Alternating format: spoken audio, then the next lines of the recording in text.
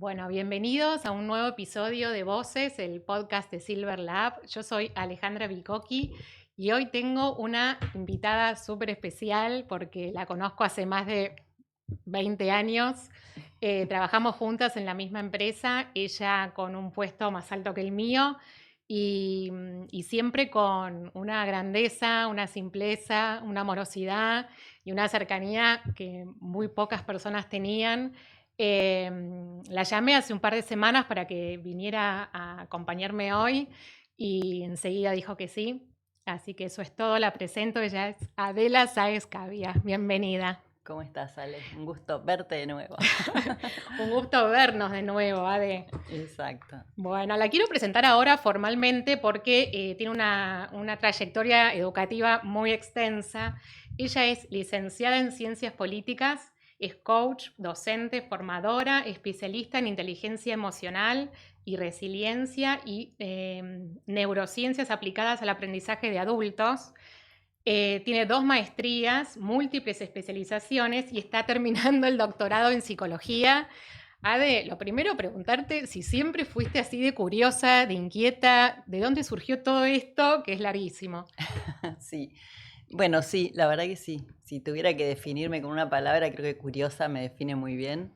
Y además que me gusta mucho estudiar. Soy una persona que tal vez atado a la curiosidad, siento que no me alcanza la vida para todo lo que quiero estudiar, que son un montón de cosas rarísimas, Sí.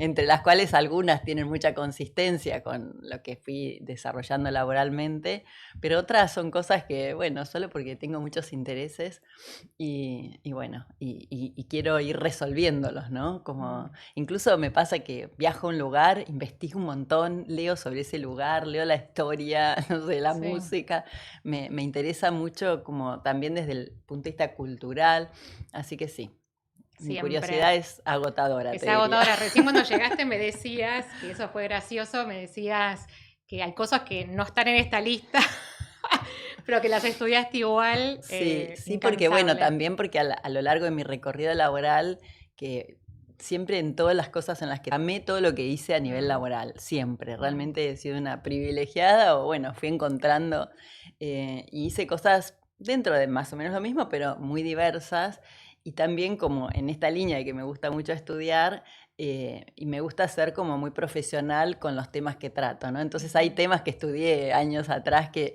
ni los pongo en el currículum porque pareciera que no tienen mucho sentido, ¿no? Igual yo siempre digo que esto de unir los puntos, ¿no? Este famoso discurso Sí. de unir los puntos a mí me hace mucho sentido porque creo que cuando uno estudia cosas que le gustan, o estudia o descubre o investiga, porque no necesariamente tiene que ser un estudio formal, ¿no? Sí. Eh, Parece que hay cosas que no tienen mucho sentido entre sí, pero cuando mirás como para atrás decís, sí, esto tiene sentido porque yo lo aplico de esta manera, ¿no? De Ujú. hecho, a mí me preguntan, ay, ciencias políticas, ¿y qué tiene que ver con lo que haces ahora? Y Sí. yo digo, todo que ver. Todo. Yo hago Claro, política 7 por 24. claro, Pero claro. bueno, no lo hago desde un cargo público, pero Ujú. hay muchas formas de hacer política. Sí, exacto. Pero bueno, está en uno también, creo, encontrar el sentido y la conexión entre las cosas que nos gustan a través de un objetivo o de un trabajo, ¿no? De Ujú. algo que nos dé, digamos, de comer. Totalmente. Ade, yo hoy te quería invitar, te quise invitar primero porque, bueno, ahora vamos a contar que lanzaste un libro este año, que lo presentaste en la Feria del Libro, que tiene que ver con las pasiones. Pero también te quise invitar porque tenés una historia de reinvención, ¿no? O sea, yo te conocí en el ámbito corporativo, estabas en relaciones institucionales en una de las empresas número 1 de alimentos de Argentina, en un puesto importante para ese momento para la empresa, y de repente dijiste, chao, voy a patear el tablero. A mí me gusta hablar de eso porque hay mucha gente en ese lugar, en la segunda etapa de la vida, como digo yo, y me gusta incentivar a que descubran esto, que después tiene que ver con tu libro, pero que descubran ese momento en la vida en el cual uno decide cambiar. Entonces, ¿qué te llevó a vos cambiar en aquel momento? Eh, Creo que un poco la curiosidad, ¿no? Es decir, como te decía, a mí siempre desde muy chica me interesaron muchos temas. De hecho, cuando yo tuve que decidir qué carrera estudiar, que es algo que con el libro acompaño a muchos jóvenes en ese momento de su vida, porque parece que uno cuando decide la carrera que va a estudiar, decide toda su vida. Sí, sí. Y esa es la sensación de casi todas las personas cuando tomamos esa decisión. Y yo muchas veces acompaño diciendo no. O sea, sí te va a acompañar toda tu vida la carrera que estudiaste o la carrera que empezaste, dejaste y empezaste otra, pero no quiere decir que la carrera te determine laboralmente, ¿no? No debiera ser así. Entonces, bueno, justamente como me interesan muchas cosas, como que uno va poniendo una atrás de la otra, ¿no? Arranqué con lo que creía que más me interesaba y después como fui desarrollándome laboralmente y aprendiendo cosas para ir haciendo esa carrera. Pero creo que en ese sentido fue que di ese salto, ¿no? De irme de alguna manera al mundo corporativo. Ahora es muy común, en aquella época no era tan común, sobre todo por una decisión propia, porque obviamente cuando hay una reestructuración en una compañía y la gente se queda sin el trabajo, hay una reinvención necesaria, de hecho, transición de carrera, ¿viste? Le poníamos nuevos nombres así como... Pero en mi caso fue una decisión absolutamente personal y tomada por mí, y que se conversó en la compañía 6 meses antes de que yo me fuera para ir preparando la transición. Y la hice justamente porque quería hacer cosas que no estaba pudiendo hacer, desplegar como otras capacidades, otras potencialidades, y no lo podía hacer si estaba trabajando en un puesto y en una responsabilidad que tenía tanta exigencia y tanta demanda horaria, ¿no? Sí. En esos puestos, asuntos públicos, comunicación, en una compañía de 7x24, entonces no se podía. Con lo cual, bueno, un poco esa fue la razón de la decisión. Y acompañando con eso, bueno, fui estudiando cosas que tenían que ver con lo que me dedico ahora y me dediqué desde ese momento hasta ahora, que tiene que ver con el entrenamiento de competencias socioemocionales. En mi caso, muy enfocado en liderazgos, porque es lo que me interesa y lo que más conozco. Y cuando digo liderazgos de todo tipo, ¿no? Trabajo mucho con gente en las organizaciones, pero también trabajo con líderes políticos, en posiciones políticas, o con líderes sociales, que trabajo mucho y me encanta, y esa es mi tesis de doctorado en psicología, es el impacto del desarrollo de competencias socioemocionales en líderes sociales de las villas, de los barrios populares. Mira. Así que... Interesante. Es muy interesante, sí, interesante. la verdad que sí. Así que un poco ese fue el proceso. Me surgen ahora entonces 2 preguntas. Una es, ¿cuántos años tenías en ese momento más o menos? ¿Te acordás? Y 44, 45. Y venías, o sea, te tomó 6 meses hablarlo con la empresa, pero vos venías internamente como trabajando eso, ¿o fue algo que de repente te levantaste un día y dijiste, no, necesito tiempo? Entonces, más o menos así. Yo en realidad había empezado a estudiar counseling, porque además de coach soy counselor laboral, que en Argentina es una carrera terciaria, pero es muy linda la formación, parecía psicología. Y yo había empezado a estudiar counseling por interés personal, porque me gustaba estudiar, como ya ves.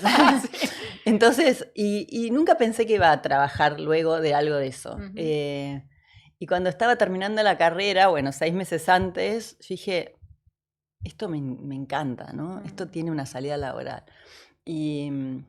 Y bueno, justo empezaba como a ponerse de moda esto de las empezaba a aparecer en realidad esto de las competencias socioemocionales y bueno, y ahí lo hablé como para que 6 meses, fue como, no, fue toda una negociación, porque no es que querían andate, fue toda una negociación. No, porque son posiciones que, digamos, cuanto más antigüedad tenés en esa posición, es como más fuerte. Y claro, y además sabes muchas cosas de la organización, de la compañía, de sus issues, pero bueno, 6 meses después, el día que, justo, pero literal, el día que me recibí de counselor, ese día fue el día que formalmente mandé la renuncia a Molinos, y ahí como empezó ese proceso que también, ¿no? Fue como, bueno, yo imaginé, bueno, voy a estar un año sin hacer nada, sin trabajar, armándome. O sea, te juro que al mes casi no tuve vacaciones ese año. ¿Y cuál crees que fue el secreto de eso, de haber arrancado de nuevo tan rápido? Es difícil porque supongo que es una conjunción de cosas, ¿no? Creo que primero es como uno se planta frente a la decisión, ¿no? Yo toda mi vida había trabajado en relación de dependencia, toda absolutamente, y era una novedad para mí muy grande trabajar independiente. De hecho, si me decís qué es lo que más extrañás del mundo corporativo, 2 cosas que...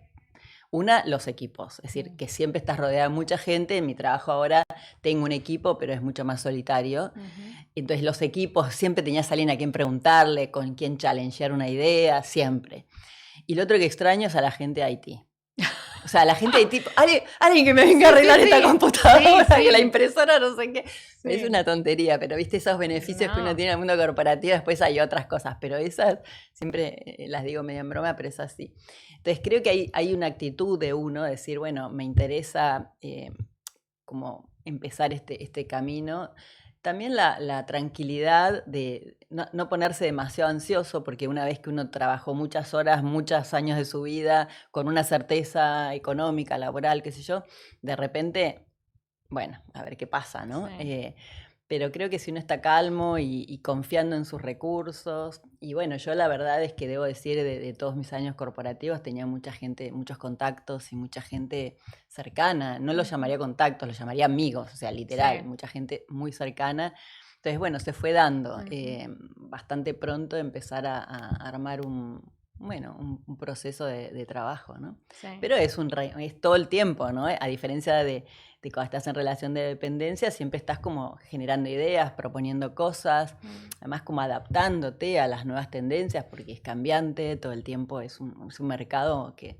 Así que bueno, creo que ese es el desafío, como mantener la calma, confiar en nuestros recursos y en la decisión que tomamos, ¿no? Y saber que si no te termina de gustar, porque puede ser que después digas, ¿sabes qué? No era esto, no era por ahí. Sí, Porque ese es el miedo, ¿no? Que uno tiene a veces. Total. Lo mismo con una carrera, cuando un joven me dice, estoy entre esta y esta. Arrancá con esta y después seguí. Si no, ¿qué pasa? Perdiste 2 años, no los perdiste. Son 2 años que son cosas que aprendiste, que te van, las llevas toda tu vida.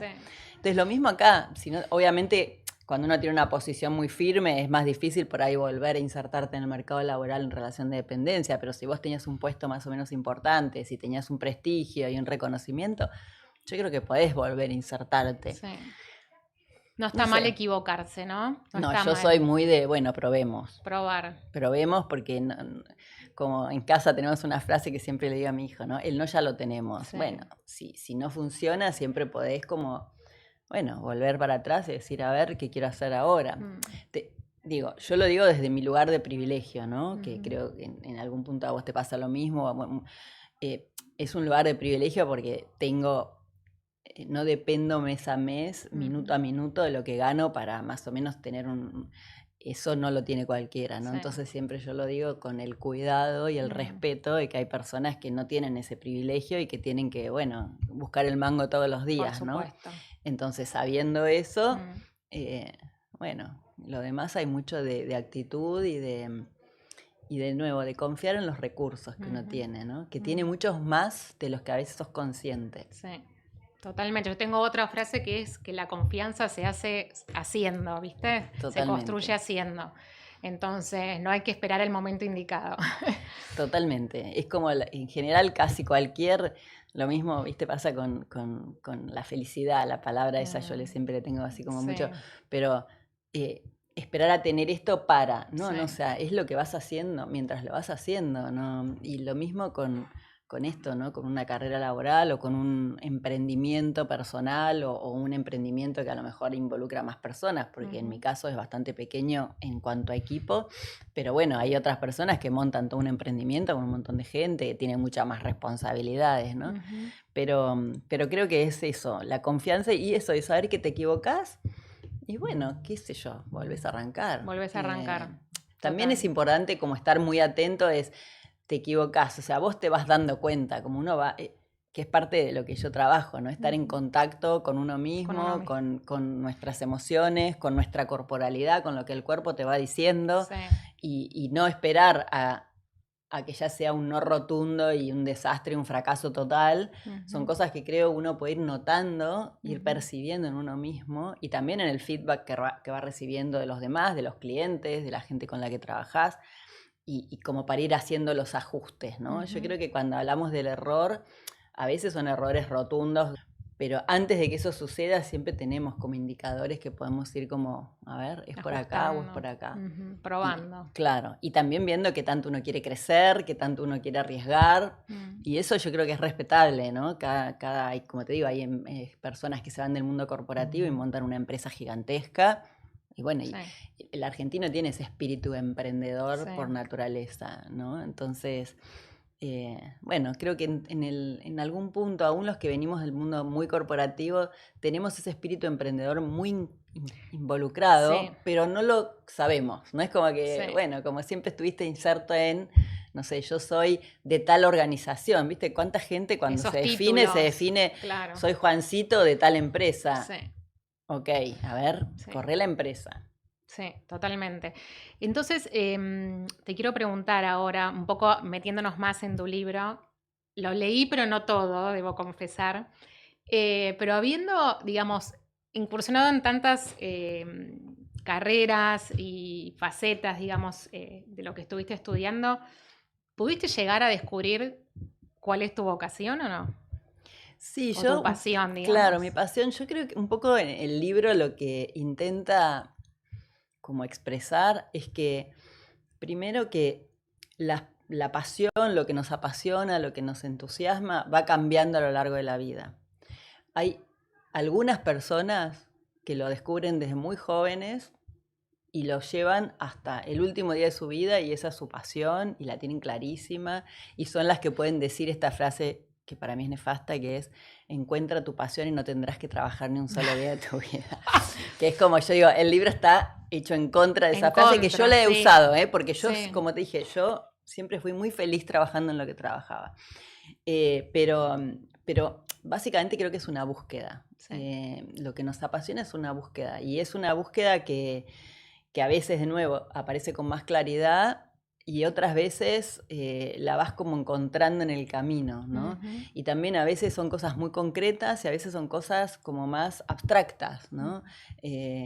A mí hoy me parece que lo que me apasiona, como ya te habrás dado cuenta, me apasiona estudiar, me apasiona conocer cosas nuevas, culturas nuevas, me apasiona conectar personas diversas y temas y realidades diversas.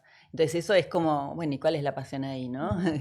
Pero es como, es más Pero es abstracta tuya, que la pero de es mi padre, tuya. que es la medicina, Sí, ¿viste? Y sí, el claro. tipo desde que es niño hasta ahora que Mm, tiene 85, es la medicina. mm, Obviamente ha ido recorriendo cosas, pero creo que un poco el mensaje que intenta dar el libro a todas las edades, porque es un libro que está pensado para todas las edades, no solo para los adultos, sino también para los jóvenes que están tomando decisiones, eh, es, es eso.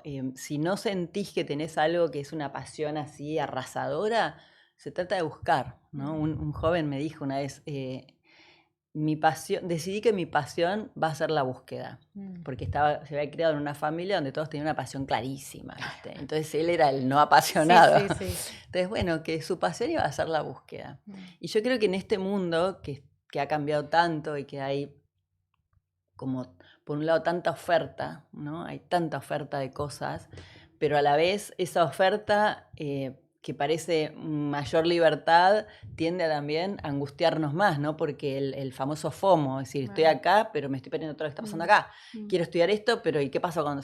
Entonces, eso mm, es muy angustiante para mm. mucha gente. Sí, Entonces, no, si no lo tenés claro, es cuestión de ir buscando, sí. ¿no? A mí me resonó mucho algunas partes del libro porque habla en un momento como que hay, no quiero hacer un spoiler, No, pero pero tranqui. habla de como un mapa Ujú. donde uno tiene como que tiene etapas y la parte de la introspección, de hacer un stop, de escucharse, de agradecer lo que tenemos hasta ahora. Yo pasé por una etapa así, antes de empezar este proyecto, fue tal cual como lo leí. Mm. Eh, a veces ese momento es traumático, ese Sí, stop, porque no tenés como esta brújula, que en el libro habla de la brújula y del camino y de la voluntad y de la pasión es la energía y la brújula es el propósito. A veces no tenés eso y estás medio perdido. mm, Entonces, y de repente cuando aparece es como natural y es como una catarata de lluvia que te cae y decís y fluye y sale automático y fácil. Entonces quería entrar un poco porque eso a mí yo me sentí muy representada con esa parte del libro.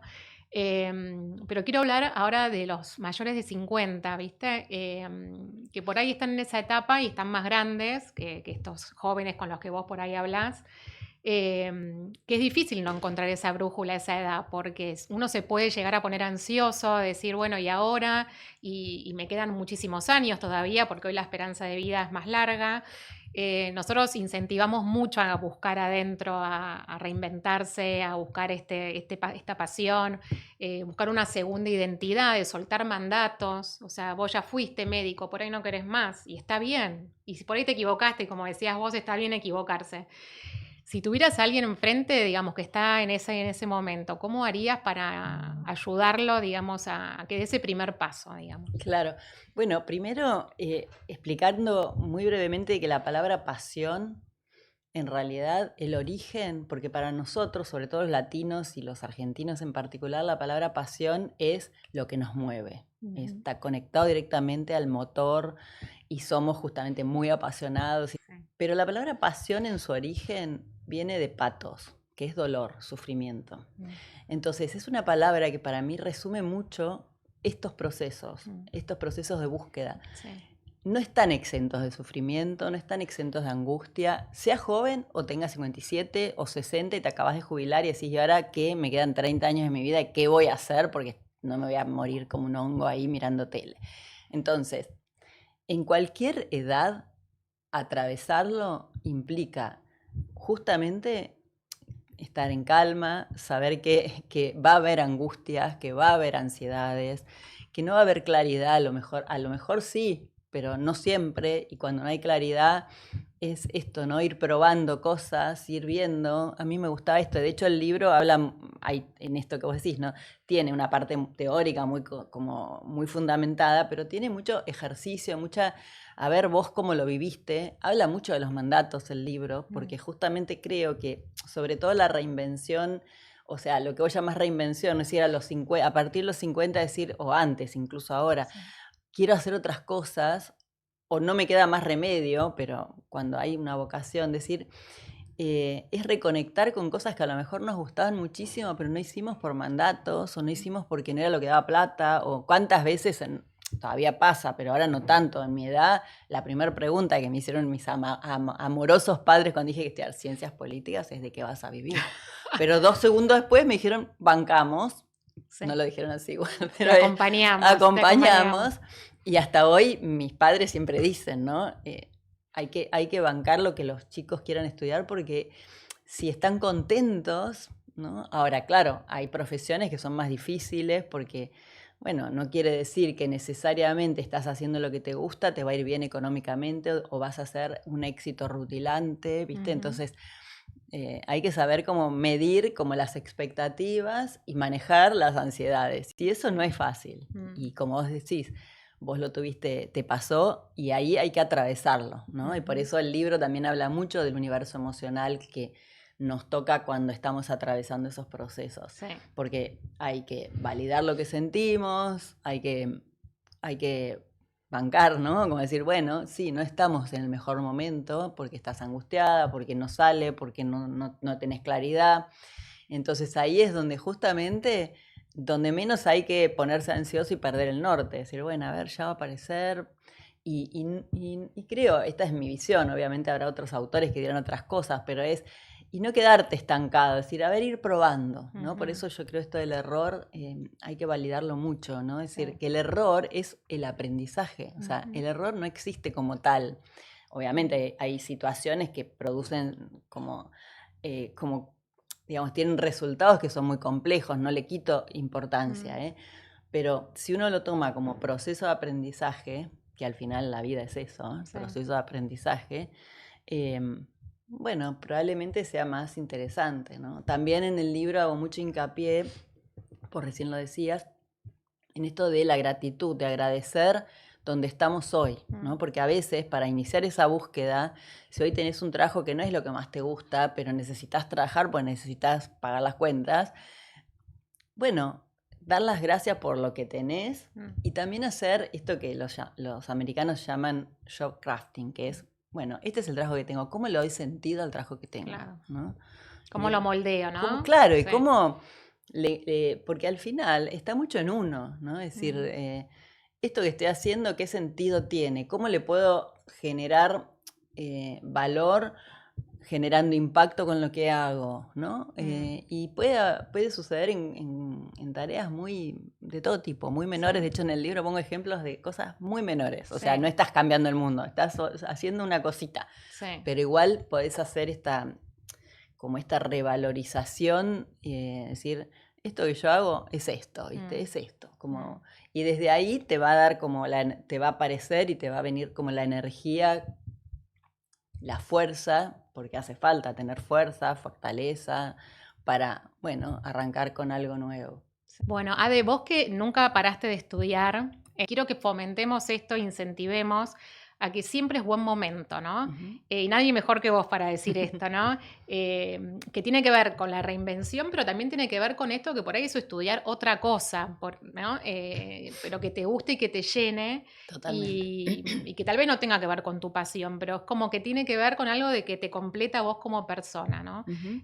Sí, y que si te fijas, si te dan ganas de estudiarlo, es porque algo te mueve y porque algo va a contribuir a lo que te apasiona. Sí. O sea, yo soy muy de esa idea. En general, tengo esa impresión de que, esa intuición de que las personas cuando queremos estudiar algo es porque para algo nos va a servir para lo que nos interesa hacer, ¿no? Aunque parezca inicialmente que, ¿para qué sirve esto? Entonces, yo soy muy primero me gusta la palabra que usaste, aprendizaje, ¿no? Más que enseñanza, porque aprender está en nosotros, ¿no? Uno puede ir 20 años a la universidad, pero no aprender, ¿no? O cualquier otra cosa. Entonces, el aprendizaje está en nosotros y en nuestra mentalidad de crecimiento y en nuestra mentalidad de curiosos. Y uno si cultiva, digamos, esa mentalidad de crecimiento, va a aprender de cualquier conversación, de cualquier, no sé, yo a veces, a mí me gusta mucho cocinar, aunque nunca me formé en eso. A veces veo tele, no sé, canales de comida y digo, esto... Después no me acuerdo exacto cómo era el resto, pero invento en función de, me parece que yo esto y esto, y más o menos me queda. O sea, obvio, me interesa, soy bastante desparpajada en esto de la creatividad, bueno, algo quedará.